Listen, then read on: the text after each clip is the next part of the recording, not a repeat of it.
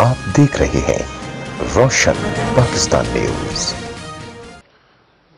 फजल रहमान पहले दिन से इस्लामाबाद जाने के लिए अपनी कुर्सी के लिए इस्लाम का नाम इस्तेमाल करता है और मिंबर को इस्तेमाल करके लोगों में इश्तियाल फैलाता है और साथ साथ मदरसे के बच्चों को इस्तेमाल करके अपने सियासी मकासद के लिए एक सियासी चाल जो चल रहा है उसको हमने बेनकाब करना है। इस हवाले से मैंने अपने जो हमारी कानूनी टीम है डॉक्टर बाबर अवान साहब के साथ मशवरा किया और मैं मौलवी फजल रहमान को एक नोटिस दे रहा हूँ, लीगल नोटिस, जिसके अंदर ये कुछ पॉइंट्स हैं जो मैं चाहता हूँ कि वो मैं पढ़ के आपको सुना दूँ और अगर उसने 15 दिन के अंदर इसका जवाब ना दिया तो फिर उसके बाद कानूनी कार्रवाई होगी और इंशाअल्लाह हमारे पास सबूत मौजूद हैं उन तमाम चीज़ों के बारे में कि ये किस एजेंडे पे काम कर रहा है और वो सबूत हम पेश करेंगे और उसके बाद इंशाअल्लाह इसको सज़ा होगी। मौलवी फजल रहमान जो है वो पहले दिन से इल्ज़ाम लगाकर एक ब्लैकमेलिंग की पॉलिटिक्स कर रहा है और कभी किसी को यहूदी बना देता है, कभी किसी को यहूदियों का एजेंट बना देता है, कभी कादियानी बना देता है और कभी इजराइल को तस्लीम करने के इल्ज़ाम लगाकर लोगों के अंदर एक इश्तियाल फैलाता है, जबकि हकीकत से इन चीज़ों का कोई ताल्लुक नहीं होता। तो मैं पहले आपको पढ़ के सुनाता हूं, फिर उसके बाद क्वेश्चन आंसर आप कर लें इसके ऊपर। आप यानी मौलवी फजल रहमान एक मज़मूम एजेंडे के तहत पाकिस्तान की रियासत को मुतनाज़ा और नफरत का निशाना बनाने के लिए ऐसे वक्त में बेबुनियाद मुहिम शुरू की जब रियासत, हुकूमत और अवाम भारतीय मकबूजा कश्मीर पर काबिज भारतीय फौज के जुल्म के खिलाफ यकसू है। आपकी मौजूदा मुहिम सिर्फ मोदी को रिलीफ देने के काम आ रही है। आपकी तरफ से गुमराह को नफरत अंगेज तकारीर और मसला कालनियत पर मुसलसल दरोगोई की जा रही है। हालांकि इस मसले को आइन में तय कर दिया गया है और पाकिस्तान की कोई भी हुकूमत इससे रूगर्दानी का सोच भी नहीं सकती, जबकि मौजूदा वज़ीर आज़म इमरान खान साहब सच्चे आशिक रसूल, मदीने की रियासत के दाई और उम्मत मुस्लिमा के हक में इस्लामोफोबिया के खिलाफ सबसे बड़ी आलमी आवाज़ है। ये कि पाकिस्तान की 20 करोड़ से ज़ायद मुसलमानों की पनाहगाह और 1 अरब 40 करोड़ से ज़ायद मुसलमानों की उम्मीद का मरकज़ है। पाकिस्तान के वोटर्स ने आपको पिछले इलेक्शन में ना होने के बराबर वोट दिए। ये कि आप इलेक्शन में इबरतनाक शिकस्त का बदला पाकिस्तानी अवाम से नहीं ले सकते और ना आपको यह हक हासिल है कि आप इसराइल को तस्लीम करने का आइडिया फ्लोट करें।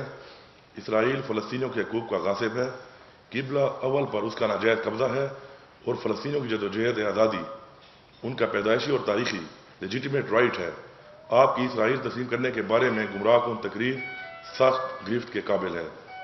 आपकी मजबूरा सियासी तकरीर का एक और इंतहाई काबिल एतराज़ हिस्सा फाटा के बारे में है, जो तख्लीक़ पाकिस्तान और फिर 12 अक्टूबर 1977 से आइन पाकिस्तान के आर्टिकल 1 में पाकिस्तान का वफाकी यूनिट है। इस हवाले से आपने फाटा मर्जर और मकबूजा कश्मीर में भारतीय फौज के कब्जे का मुआजना किया। आप साल कश्मीर कमेटी के चेयरमैन रहे। क्या आप दर्ज झेल खुली सच्चाइयों से नावाकिफ हैं?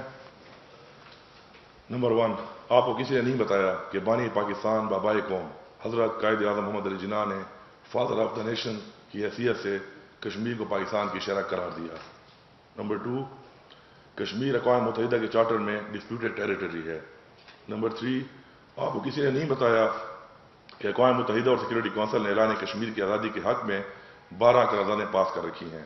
नंबर 4, क्या आपने कभी नहीं सुना कश्मीर की आज़ादी में 1 लाख से ज़ायद कश्मीरी अवाम ने जाम शहादत नोश किया और फिर पूरा खित्ता में जम्मू और कश्मीर शुहदा की जदीद कब्रिस्तान की बस्तियां आबाद हुई। नंबर 5, क्या आप इनकार कर सकते हैं कि यह सारा जुल्म तब हुआ जब आपके पास कश्मीर कमेटी की गाड़ियां, कश्मीर कमेटी का बंगला, कश्मीर कमेटी का सरकारी दफ्तर था और कौमी खजाने से भारी बजट भी आपके पास था? नंबर 6, क्या आपको पता नहीं चला कश्मीर में 11,000 से ज़ायद इफ़्फ़त माओ बहनों और बेटियों की असमत दरी हुई? नंबर 7, क्या आपको किसी ने नहीं बताया कि एक तरफ आप मजहबी कार्ड बेचकर पर्ची सियासत कर रहे हैं और दूसरी जानिब 13,000 मजलूम लड़के और लड़कियां उठाकर قابض بھارتی فوج نے غائب کر دی ہیں۔ نمبر 8، حریت اور مسلمانوں کی ساری قیادت کو کشمیر سے اٹھا کر باہر لے جا کر قید تنہائی میں ڈال دیا گیا ہے۔